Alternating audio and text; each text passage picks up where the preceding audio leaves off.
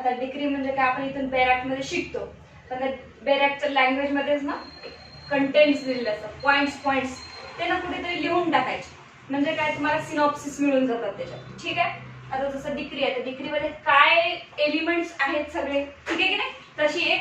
आणि नेहमी काय करायचं, आपण शिकवताना एक इमेज तयार करायची की डिक्रीचा कागद जेव्हा आपल्या समोर येईल एक सर्टिफिकेट म्हणून, तो त्यात काय लिहिलं जाईल ते इथेच दिलेलं आहे सगळं, पण आपल्याला कळत नाही. त्यामुळे ना कधी पण असं एक इमेज तयार करायची, ही डिक्री आहे वगैरे, इथे नाव आहे वगैरे वगैरे, काय आहे ते मेन्शन, असं थोडी इमेज तयार केली म्हणजे ती लॉंग लास्टिंग लक्षात राहते. आता आपण बघूया the code of civil procedure 1908. ठीक आहे. 1908 चा हा कोड आहे, त्याच्यामध्ये 5 ऑफ 1908 हे काय असतं, प्रत्येक बेर ऍक्ट मध्ये 5 ऑफ 1908 म्हणजे 1908 मधला 5वा ऍक्ट पास झाला. कळलं. आपल्या पार्लमेंट मध्ये, लेजिस्लेटिव्ह असेंब्ली मध्ये एखादा अधिनियम जातो पास होण्यासाठी, ठीक आहे की नाही, मग त्या वर्षी 1908 मध्ये, आता 2020 सुरू आहे, 2020 मध्ये किती तिथे 2020 मध्ये किती असे कायदे तिथे आहेत, ठीक आहे की नाही, पडलेले पार्लमेंटमध्ये, तर ते पूर्ण जेवढे कायदे आहेत त्यातला हा 5व्या नंबरचा ऍक्ट आहे पास झालेला. थोडं समोर सरका. ठीक आहे. तर 1908 मध्ये 5व्या नंबरचा हा ऍक्ट होता की ते पार्लमेंटने पास केलेला. कळलं. 5व्या नंबरचा, म्हणून त्याला म्हणतात 5 ऑफ 1908.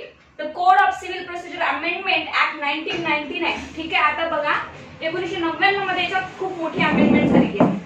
बेर ऍक्ट स्टडी करताना कधीही जेव्हा आपण समोरचे पेजेस काढतो, ठीक आहे की नाही, समोरचे पेजेस काढले ते बघा इकडे अमेंडमेंट्स असतात सुरुवातीला, स्टार्टिंगला काढा अमेंडमेंट्स आहे, ठीक आहे की नाही. मग आता आपल्याला आपण शोधतो, तुमच्याकडे नवीन पुस्तक आहे त्यामुळे तुम्हाला काहीही अडचण नाही. ठीक आहे. आपण जेव्हा कुठले अमेंडमेंट शोधतो, इंटरनेटवर काहीही कुठे शोधायची गरज नसते, आपल्याला अमेंडमेंट सुरुवातीला बेर ऍक्ट मध्ये मिळून जातात. जे काही अमेंडमेंट होऊन येतात ते सुरुवातीला बेर ऍक्ट मध्ये टाकतात. 1999 मध्ये झाल्या अमेंडमेंट्स, त्याच्यानंतर 2002 मध्ये झाल्या. एवढं काही महत्वाचं नाही, आपण प्रिलिम्सच्या दृष्टिकोनातून थोड्याशा डेट्स इथल्या महत्वाच्या, त्या कशा बघा. An act to consolidate and amend the law relating to the procedure of the courts of civil judication. आता या ऍक्टला कशासाठी तयार केलंय, या ऍक्टला अशा प्रकारे सजवलं आहे की सिव्हिल ज्युडिकेशन म्हणजे जे काही सिव्हिल प्रोसिजर आहे ना त्याची फक्त याच्यामध्ये प्रोसिजर सांगितलेली आहे, बाकी काय.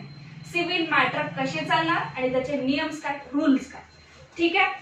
2 शब्द लक्षात ठेवायचे, कमेन्समेंट आणि इनॅक्टमेंट प्रिलिम्स साठी. कळलं का. प्रत्येक 12 ऍक्ट आहेत ना त्याच्या एका पेजवर लास्टला प्रिलिम्सला जेव्हा जातो ते इनॅक्टमेंट डेट आणि एन्फोर्समेंट कमेन्समेंट डेट लिहून ठेवायचे. आता इनॅक्टमेंट डेट म्हणजे काय, आता लेटेस्ट उदाहरण घेऊ आपण.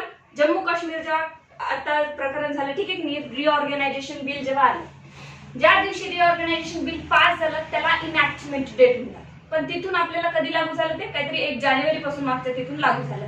तर जे 1 जानेवारी जे डेट आहे त्या कायद्यामध्ये काय होती, कमेन्समेंट डेट होती. मग आता 21 मार्च 1908 ला सीपीसी अस्तित्वात आला, ठीक आहे की नाही, याला कायदा म्हणून संबोधण्यात आलं, पण खाली 1 जानेवारी डेट दिली, त्या डेट पासून काय झालं, लागू झालं. भरपूर कायदे आहेत तसे की 1 जानेवारी, 1 जुलै, एकच तारीख दिली आहे. काही तुरळक कायदे आहेत की त्यांना थोडी वेगळी तारीख आहे. त्याच्यानंतर आता खाली या, where it is expedient to consolidate and amend the law relating to the procedure of the court of civil judicature it is hereby enacted as follow. आता फॉलोइंग इनॅक्टेड कशा प्रकारे दिली आहे त्यांनी सांगतात की कशा प्रकारे हा ऍक्टचं स्ट्रक्चर राहणार आहे. Short title, commencement and extend. Short title, commencement and extend म्हणजे काय. आता शॉर्ट टायटल म्हणजे या ऍक्टचं नाव काय राहील पहिली तर, ठीक आहे की नाही. दुसरा कमेन्समेंट, हा ऍक्ट कमेन्स्ड कधी झाला, इम्प्लिमेंटेशन एन्फोर्समेंट मध्ये आपल्याला वापरण्यासाठी आपण कधी तयार झाला. त्याच्यानंतर म्हटलं एक्सटेंड, हा ऍक्ट कुठवर लागू होईल, पूर्ण भारतामध्ये हा ऍक्ट कुठवर लागू होईल. आता जम्मू काश्मीरला आतापर्यंत लागू होता का, नाही, पण आता जम्मू काश्मीरला लागू होतो. पण समोरही काही असे एरियाज दिलेले आहेत तिथं पर्टिक्युलरली पूर्ण ऍक्ट लागू होत नाही, आणि जर लागू करायचं असेल तर तिथल्या स्टेट गव्हर्नमेंटला एक गॅझेट काढावा लागतो, नोटिफिकेशन काढावं लागतं, तेव्हा सीपीसी लागू होतो. ठीक आहे. तर बघा, it shall come into force on the first day of January 1909. 1 वर्षानंतर 1 जानेवारीला पासून आपण हा ऍक्ट वापरतो सीपीसी. ही डेट खूप महत्वाची, ही डेट लक्षात ठेवायची. 1 मार्कासाठी प्रिलिम्सला कमीत कमी 1 ते 2 प्रश्न तरी कमेन्समेंट डेटवर येतात आणि 1 प्रश्न तर कंपल्सरी असतो. 1 मार्क आपल्याला खूप महत्वाचा आहे, ठीक आहे की नाही. ही जी डेट आहे ना याच्यामध्ये भरपूर जण कन्फ्युज होतात. इनॅक्टमेंट डेट आणि कमेन्समेंट डेट. इनॅक्टमेंट विचारत नाही, कमेन्समेंटच विचारतात, ठीक आहे. त्यामुळे कमेन्समेंट डेट पाठ करायची. आता या समोर it extend the whole of India. Jammu and काश्मीरला आणि लडाखला वगैरे आता सगळीकडे सीपीसी कम्प्लिटली लागू आहे. ठीक आहे. म्हणताय the state of Nagaland and the tribal area provided that the state government concerned may by notification in the official gazette extend the provisions of the code or any of them of the whole or part of the state of Nagaland or such a tribal areas as the case may be with such a supplemental, incidental or consequential modification as may be specified in the notification. जर नागालँड आहे, आसाम आहे किंवा अदरही कुठले tribal areas असे आहे की जे schedule मध्ये दिलेले आहेत, ठीक आहे की नाही, कॉन्स्टिट्यूशनच्या की हे ट्रायबल एरियाज आहे. कॉन्स्टिट्यूशनचे शेड्यूल्स आहे त्याच्यामध्ये पर्टिक्युलरली दिलेले आहे की कुठले ट्रायबल एरियाज आहे, कुठले युनियन टेरिटरी आहे, कुठले कम्प्लिटली स्टेट्स आहेत. तर ट्रायबल एरियाज जे आहे तर तिथे जर सीपीसी अप्लाय करायचा असेल तर काय करावं लागतं, तिथल्या स्टेट गव्हर्नमेंटला एक नोटिफिकेशन काढावं लागतं की हा जो कायदा आहे किंवा या कायद्याचा पोर्शन आहे थोडाफार या कालावधीसाठी आम्ही तिथे लागू करत आहोत. त्याच्याशिवाय सीपीसी कोर्टाला तिथे वापरता येत नाही आणि सीपीसीचे कायदेही वापरता येत नाही.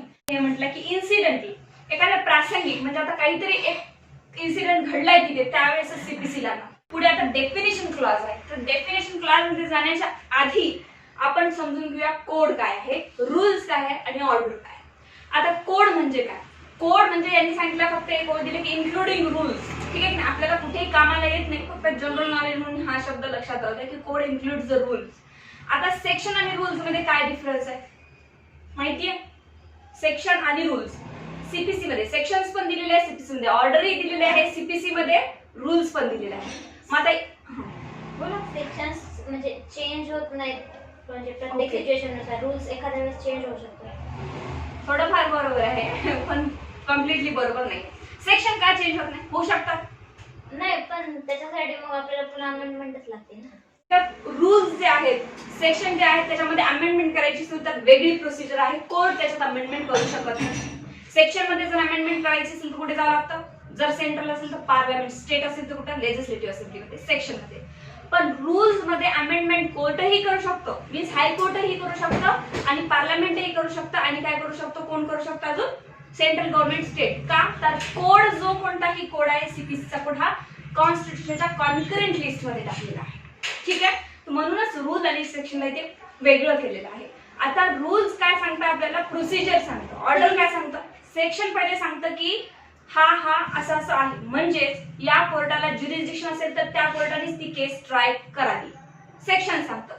तेच ऑर्डर मधले रूल काय सांगतात आपल्याला की त्या सेक्शन नुसार चालून त्या कोर्टाने ट्रायल कसं चालवावं किंवा आपण केस तिथे कशी दाखवावी. म्हणजे काय होतं, सेक्शन सबस्टेंटिव्ह प्रोसिजर सांगतं की हे असं आहे, या नियमाने चला.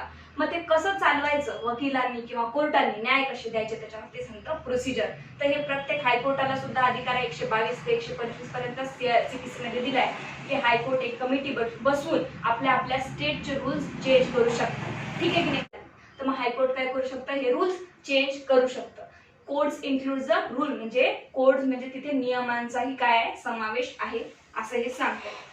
पुढे आता डिक्री. सगळ्यात महत्वाचं काय? डिक्री. आपण कालही थोडं इंट्रोडक्शन डिक्रीचं पाहिलंय. ठीक आहे. आता याच डिक्रीला परीक्षेमध्ये तुम्ही 20 मार्काला लिहू शकता. इथे किती ओळी आहे? 4 ते 5 ओळी आहे.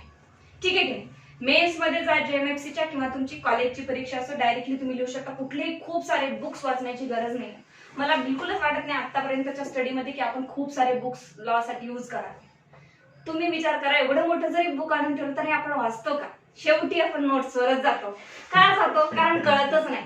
ठीक आहे की नाही? जे काय आहे ते 12 बेअर ऍक्ट वरच तुमचं सगळं आहे. याचे 12 बेअर ऍक्ट ज्याचे क्लिअर असतील, सीपीसी, सीआरपी, आयपीसी, एव्हिडन्स सगळ्यात. बघूया डिक्री 2:2. आता डेफिनेशन्स असतात खूप साऱ्या. आपण सेल ऑफ गुड्स बघितल्या, सेल ऑफ गुडचं युट्यूबवर पण लेक्चर बघितलं आपण डेफिनेशनला कसं लक्षात ठेवायचं. प्रत्येक बेअर ऍक्ट मध्ये जेव्हा डेफिनेशन सुरू होते तेव्हा ABCD पासूनच सुरू होते.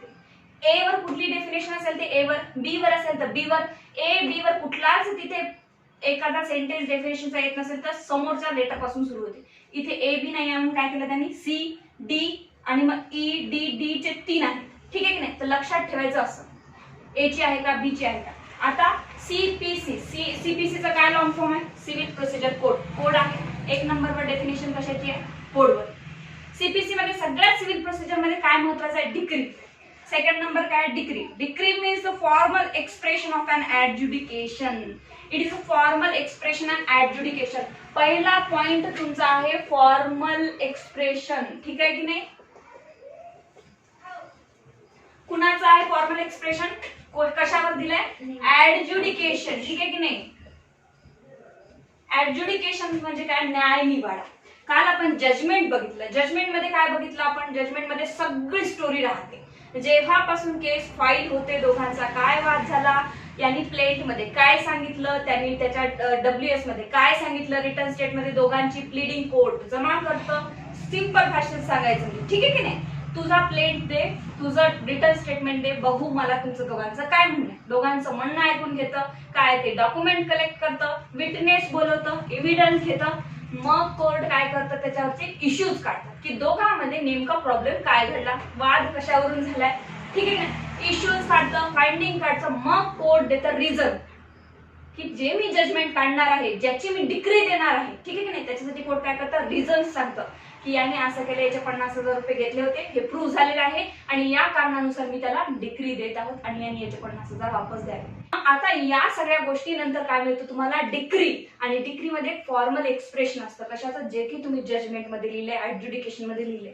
न्याय निवाडा कशाचा केला, त्याचं एक जस्ट फॉर्मल एक्सप्रेशन असतं.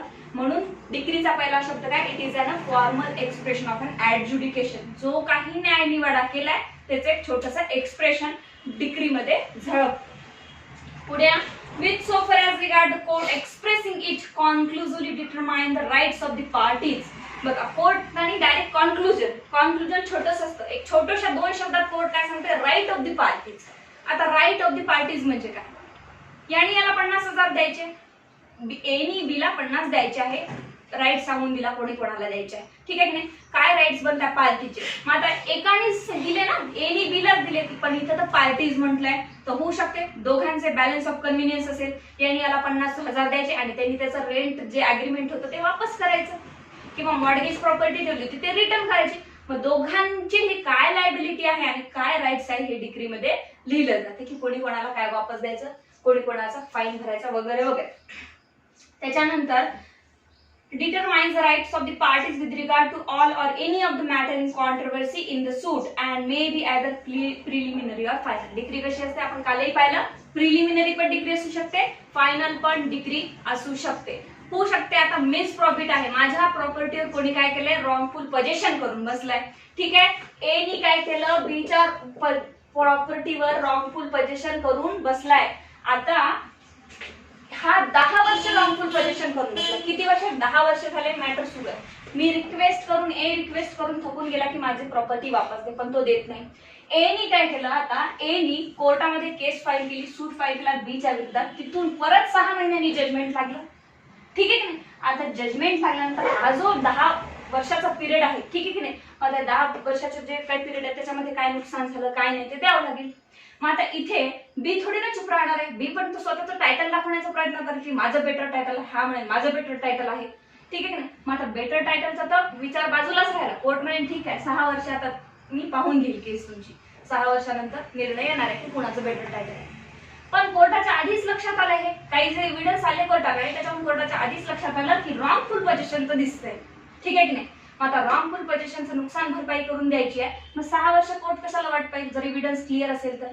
मग याला सरळ एक प्रिलिमिनरी डिक्री देऊन टाकेल कोर्ट की बाबा एवढे एवढे पैसे याचे देऊन टाक, टायटल कोणाचं बेटर आहे ते नंतर पाहू. ठीक आहे. मग प्रिलिमिनरी डिक्री दिली म्हणजे काय होईल, प्रिलिमिनरी पण असू शकते, फायनल पण असू शकते. It shall be deemed to include the rejection of claim and the determination of any question within section 144. आणि रिजेक्ट केला तर प्लेंट जे रिजेक्शन करतं कोर्ट, ठीक आहे की नाही, त्याला काय डिक्रीचं समजा असं म्हणता येईल या सेक्शन मध्ये.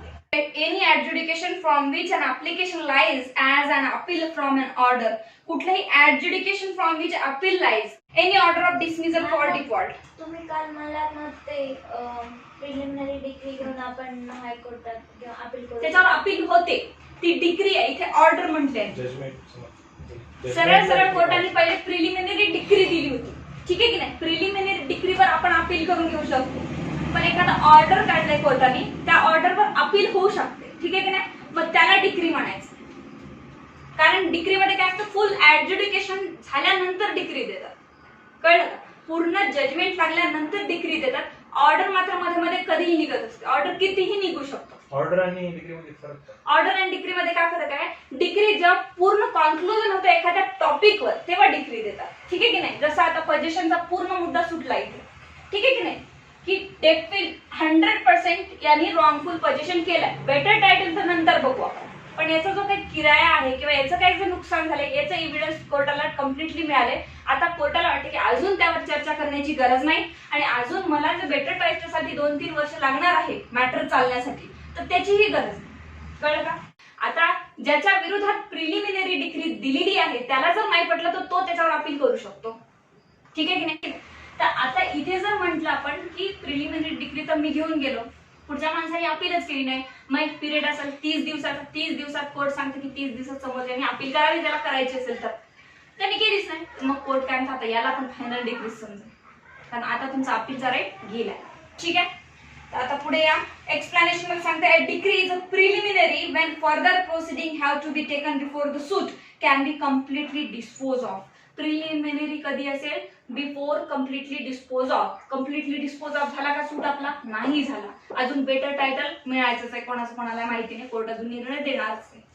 प्रिलिमिनरी डिग्री मात्र मिळून गेलेली आहे. मग कधी मिळली? बिफोर ऍडज्युडिकेशन. पूर्ण न्यायनिवाडा तुमच्या केसचा व्हायचा आहे त्याच्याच आधी प्रिलिमिनरी डिग्री दिली. जी डिग्री दिली त्याला प्रिलिमिनरी म्हणतात. बिफोर ऍडज्युडिकेशन म्हणजे जजमेंट निघायच्या आधीच डिग्री देऊन टाकली. पुढे बघा completely dispose of. It is final when such a adjudication completely dispose of the suit. It may be partly preliminary or partly final. आता पुढे यांनी काय म्हटलं आहे? Partly preliminary partly final. म्हणजे काय? आता जेव्हा फायनली जजमेंट पूर्ण निघेल आणि कोर्ट सांगते की 15 दिवसानंतर आम्ही तुम्हाला डिग्री देऊन जाऊ, डिग्री तुम्ही घेऊन घ्या. ठीक आहे की नाही? आता जजमेंट निघाल्यानंतर त्याला फायनल डिग्री म्हणण्यात येईल किंवा आता सगळं लिहिण्यात येईल. त्याच्यामध्ये पार्टीचं नाव काय, केस काय आहे आणि त्याच्यामध्ये कोणी कोणाला किती देणं आहे. इट इज डिक्लेअर्ड दॅट की यांनी एवढे 50,000 याचे देणं आहे वगैरे वगैरे. पुढे डिग्री होल्डर 2-3 मध्ये दिलाय. Degree holder. Degree holder means any person in whose favour a degree has been passed or an order capable of execution has been made. Whose favour म्हणजे काय म्हटलंय? आता बघा प्लेंटिफ आणि डिफेंडंट आहे, याच्यामध्ये कोण डिग्री होल्डर राहील? त्याच्या बाजूने निकाल. येस. असं म्हणू शकत नाही की प्लेंटिफ डिग्री होल्डर राहील किंवा डिफेंडंट डिग्री होल्डर राहील. दोन्ही बोथ पार्टी डिग्री होल्डर राहू शकतात. त्याच्यातही अजून भरपूर काही कॉम्प्लिकेशन्स आहे. एकाने जर आपले राईट सोडून गेला आणि दुसऱ्याला राईट देऊन टाकले तर आपण काय बघतो? टीपीचा 8वा लास्ट मध्ये शिकलो होतो मला आठवण सांगा. तिथं म्हणजे ऍक्शनेबल क्लेम. ठीक आहे की नाही? मी जर माझा ऍक्शनेबल क्लेम हिला देऊन टाकला तर ही पण डिग्री होल्डर होऊ शकते. ठीक आहे की नाही? Government pleader. गव्हर्नमेंट प्लीडर काय म्हणजे स्टेटचा प्लीडर. जसा क्रिमिनल प्रोसिक्युशनचा प्लीडर असतो, वकील असतो, तसाच इथे काय सिव्हिल मॅटरला सुद्धा वकील असतो. स्टेटचे जे काही मॅटर्स आहेत स्टेट गव्हर्नमेंटचे, सेंट्रल गव्हर्नमेंटचे, तो कोण चालवणार? गव्हर्नमेंट प्लीडर्स चालवणार. आता इथे बघा तिथे क्रिमिनल मध्ये शब्द वेगळे आहेत, इकडे शब्द वेगळे आहेत. क्रिमिनल मध्ये प्रॉसिक्युटर म्हटलं जातं. ठीक आहे की नाही? पब्लिक प्रॉसिक्युटर म्हटलं जातं कारण तो पब्लिक साठी काम करतो. इथे काय म्हटलं? गव्हर्नमेंट प्लीडर म्हटलं. हा कोणासाठी काम करणार आहे? सिव्हिल मध्ये गव्हर्नमेंटसाठी. जे काही गव्हर्नमेंटचे आहेत कायदे, जे काही गव्हर्नमेंटचे केसेस आहेत तो चालवणार. रोडचे जेवढे कन्स्ट्रक्शन सुरू आहेत, ज्यांनी कोणी प्रायव्हेट केस टाकली की मला पैसे जास्त वाढून पाहिजे, इथे स्टेट कडून जो वकील येणार तो कोण आहे? गव्हर्नमेंट प्लीडर आहे. तेच इथेही लक्षात घ्या, सेशन कोर्ट जेव्हा म्हटलं जातं काय सेशन कोर्ट तेव्हा ते क्रिमिनल मॅटर चालवतं. तेच डिस्ट्रिक्ट जज जेव्हा म्हटलं जातं तेव्हा ते सिव्हिल मॅटर चालवतं. कळलं? JMFC जेव्हा म्हटलं जातं तेव्हा कोणतं चालवतं? ते ज्युडिशियल मॅजिस्ट्रेट असतं. ठीक आहे की नाही? ते सिव्हिल जज म्हणजे कोण असतं? मग ते सिव्हिल मॅटर चालवतं. Judgment means statements given by the जज on the ground of the decree or order. आता बघा इथे भरपूर लोकांना उलट वाटतं की on the ground of decree or order judgment कसं निघतं, तर ते तसं नाही आहे. जेव्हा एखादी पूर्ण जजमेंट निघतं तेव्हा जजला असं म्हणायचं असतं की मी जे काही जजमेंट काढतोय पूर्ण, ठीक आहे की नाही, त्या ग्राउंडवर मी तुम्हाला डिग्री देतो. हे असं साधा सिंपल वर्ड आहे. पण वेड ऍक्ट काय म्हणतं? मी ज्या ग्राउंडवर तुम्हाला डिग्री देत आहे ना ते जजमेंट हे आहे. म्हणजे काय? मी सांगत आहे की एनी बी चे कोण जज सांगत आहे की एनी बी चे 50,000 रुपये देणे आहे. मी काय करते तर डिग्री देते, एक डिग्री देते की एनी बी चे 50,000 रुपये देणे आहे. मग समोरचा माणूस कोर्टाला प्रश्न विचारले कसं काय देणे आहे, रिझन सांगा, तर तो काय म्हणतो? मी त्याच्यावर जजमेंट ऑलरेडी दिला आहे. म्हणून म्हटलं आहे की एक स्टेटमेंट आहे on the ground of decree and order. कळलं? इथे थोडं उलट दिलेलं आहे. जजमेंट मीन्स अ स्टेटमेंट, एक स्टेटमेंट आहे. मी ऑलरेडी तुम्हाला स्टेटमेंट दिलंय, म्हणजे काय जजमेंट मध्ये सांगितलंय, रिझन सांगितलंय, इश्यू सांगितलंय, दोघांमधला वाद सांगितलाय, यांनी का त्याला एवढे पैसे द्यावे हे सांगितलं आहे. मग आता काय होईल, गिवन बाय जज on the ground of decree or order. कळलं का? आता मी जर म्हंटल माधवीला, माधवी तुला माझे 50,000 रुपये देणे आहे, हे घे डिक्री. पण माधवी काय प्रश्न विचारला, मला का देणे आहे? मग स्टेटमेंट कुठे आहे त्याचं? जजमेंट. कळलं? हे बेरॅक मध्ये थोडं उलट दिलं आहे. भरपूर वेळा प्रिलिम्स मध्ये हा प्रश्न आलेला आहे. इथे भरपूर जण कन्फ्युज होतात. लोकांना म्हणतात की डिग्री तर नंतर निघतीये, जजमेंट तर आधी निघते, मी ते ऑन द ग्राउंड का म्हटलंय? तर ते सांगतात की जे काही मी स्टेटमेंट देतोय तुम्हाला, जे काही डिग्री देतोय, प्लेंटिफनी डिफेंडंटवर केस फाईल केली, प्लेंटिफच्या फेवर मध्ये डिग्री निघाली. आता डिग्री निघाली याचे रिझन कोणाला द्यायचे? जजला, की मी डिग्री का काढतोय त्याच्या फेवर मध्ये. म्हणून म्हटलंय की स्टेटमेंट गिवन बाय द जज on the ground of decree or order. ठीक आहे की नाही? Judgment data means any person against whom a decree has been passed or an order capable of execution has been made. बघा, judgement data म्हणजे कोण, ज्याच्या against मध्ये काय झालंय, डिग्री पास झाली आहे. आणि पुढे काय म्हटलं, been pass or order capable of execution has been made. आता हे सांगा मला, लास्ट रोल काय झालंय आपलं, जे काही पे करायचे Yes. असतील हे त्याचं एक्झिक्युशन त्याला करावं लागणार असं आता वाटतं. काय, आता काय म्हणताय ते, की ज्याच्या अगेन्स्ट मध्ये काय झालंय, पास झालंय, आणि डिग्री होल्डर जो आहे आता तो याच्या अगेन्स्ट कॅपेबल आहे एक्झिक्युशन करण्यासाठी. Legal representative means a person who in law represent the estate of the deceased person. कुठलाही मृत व्यक्ती आहे, केस सुरू होती ए आणि बी मध्ये, 20 वर्ष झाले, बी नावाचा व्यक्ती आता डेथ झालाय, मरून गेलाय. मग जो कोणीही त्याला रिप्रेझेंट करेल, त्याचा मुलगा असो, मुलगी असो, कोणी ट्रस्टी असो, कुठलाही, तो कोण असेल त्याचा लीगल रिप्रेझेंटेटिव्ह असेल. असं मस्ट नाही आहे की त्याचा मुलगा असावा, गरज नाही. लीगल रिप्रेझेंटेटिव्ह आपण पाहिलंय ट्रान्सफर ऑफ प्रॉपर्टी पाहताना, की लीगल रिप्रेझेंटेटिव्ह जो कोणी जाऊन रिप्रेझेंट करेल आणि तो कायद्याने आहे, त्याला पॉवर रिप्रेझेंट करायची, असा व्यक्ती रिप्रेझेंट करेल. And include any person who intermediate, जो कोणी त्याच्या व्यवहारामध्ये मध्यस्थी आहे. ठीक आहे की नाही? जो कोणी समोर केस चालू शकेल तो, with the state of the deceased and where a party sues or issued in the representative character the person on whom the estate devolves on the death of the party so suing or sued. बघा, डिवॉल्व्ह म्हणजे ज्याला transfer होती आहे नंतर. ठीक आहे की नाही? आता कोणीतरी चुलता पुतना वगैरे आहे, कोणीच नाही आता त्या माणसाचं, ज्याची केस सुरू होती ना त्याचं कोणीच उरलं नाही. मग आता कोण असणार त्याचे लीगल रिप्रेझेंटेटिव्ह? कोणीतरी असेल, चुलता वगैरे कोणीतरी असेल, जे काही असेल ते.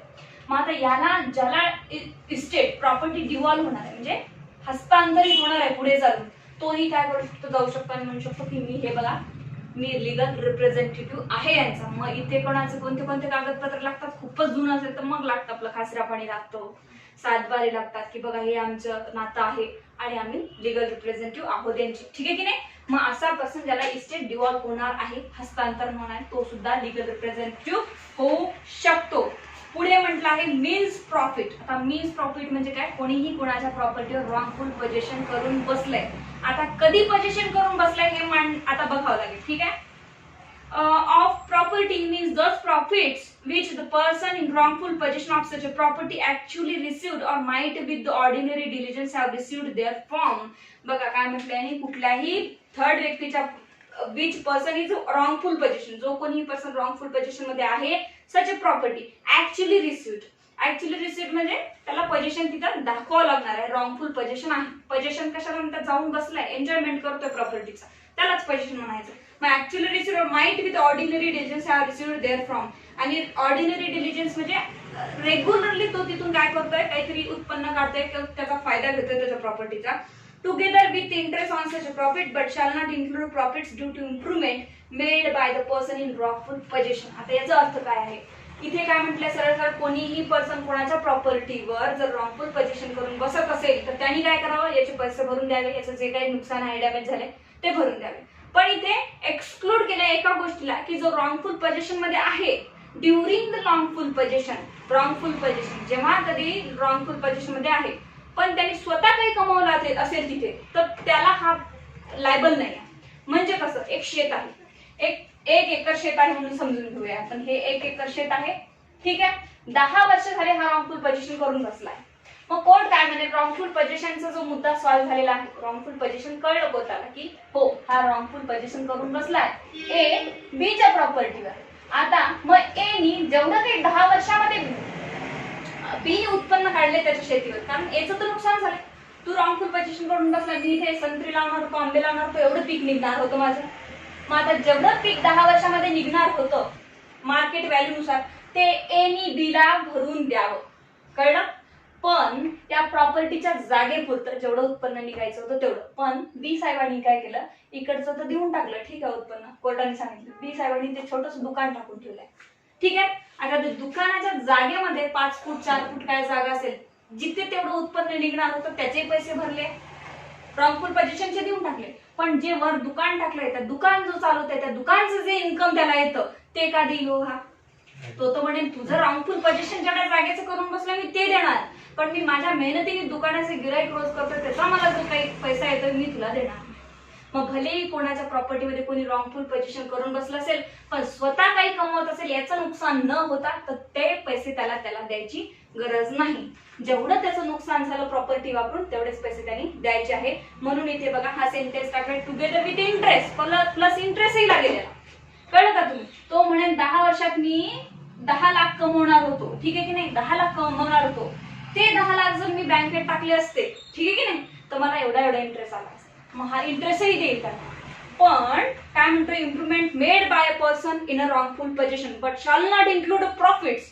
दुकानातून जे प्रॉफिट्स कमवले त्यांनी ते त्याला द्यायची गरज नाही आहे. ठीक आहे, कळलं? Wrong means profit. ठीक आहे. Order means the formal expression. परत म्हणते की ऑर्डर सुद्धा एक काय फॉर्मल एक्सप्रेशन आहे कोर्टाचं. But any decision of a civil court which is not a decree, पण त्याला डिग्री म्हणता येणार नाही. का तर ऑर्डर ऍप्लिकेशनवर निघतं. ऑर्डर खूप सारे ऑर्डर निघत असतात, थोड्या गोष्टीवर ऑर्डर निघत असतात. कोणी जर येतच नसेल कोर्टामध्ये, खूप वेळ समन्स पाठवला त्याला येतच नाही आहे, पळून जातो इकडे तिकडे, पोलिसांना सापडत नाही, आता कोर्ट काय करतो, अटॅचमेंटचा ऑर्डर काढतो त्याच्या प्रॉपर्टीचा अटॅचमेंटचा ऑर्डर काढलं म्हणजे ही डिग्री झाली का? नाही. कॉन्क्लुजन झालं का तुमच्या सूटचं? नाही झालं. मग ऑर्डरला डिग्री म्हणायचं नाही. ऑर्डर मध्ये order means the formal expression of any decision. ठीक आहे की नाही? इथे डिटरमाइन आणि कॉन्क्लुसिव्हली शब्द दिला नाही, इथे डिसिजन सांगितलं की कोर्टाचं हे डिसिजन आहे. येत नसेल तर त्याची प्रॉपर्टी अटॅच करा, ऑर्डर करा. मेंटेनन्स, इंटरिम मेंटेनन्स ऑर्डर असतं. काय असतं, जेव्हा ही मेंटेनन्स किंवा डायव्हर्सची फाईल तुम्हाला कोर्टात पाहायला मिळते तेव्हा 60 दिवसाच्या आत कोर्टाला कुठल्याही परिस्थितीमध्ये इंटरिम मेंटेनन्स स्त्रीला सुरू करावं लागतं. तर ते काय असते, ऑर्डर असतं. म्हणजे कोर्टाचे एक छोटंसं डिसिजन असतं, याला डिग्री नाही म्हणत असं सांगता येते. Of a civil court which is not a degree, त्याला डिग्री म्हणत नाही. डिग्री कधी असतं, जेव्हा सूट फाईल होतो आणि कॉन्क्लुझिव्हली पूर्ण मॅटर डिटरमाइन होतो की कोणाची लायबिलिटी आहे, कोणाची rights. Sign save in the case of judgment or degree includes a stamp. ठीक आहे की नाही? विदाउट स्टॅम्प सही नाही आहे, सही शिवाय स्टॅम्प नाही आहे. त्याला जर सही असेल जजची आणि स्टॅम्प नसेल तर व्हॅल्यू नाही. तो ठीक आहे, तर याला साइन मीन्स त्याला स्टॅम्पही समजा आणि साइन नाही समजा असं ते सांगत आहे. सीपीसी स्टार्टिंगला सुरू केला आणि डायरेक्टली बॅरॅक्ट सुरू केला तर थोडा अवघड जाणार आहे. एक 2-3 दिवस तुम्हाला. जोपर्यंत आपण डिग्रीची ऑर्डर बघत नाही तोपर्यंत डिग्री पूर्ण काय अजूनही तुम्हाला समजणार नाही. प्रिलिमिनरी डिग्री आता तुम्हाला एवढंच समजलं आहे की प्रिलिमिनरी डिग्री आधी देतात आणि फायनल डिग्री नंतर देतात, पण त्याच्यातही भरपूर काही आहे. ठीक आहे की नाही? ते आपण बघूया की आता थोडं एवढंच लक्षात ठेवायचं.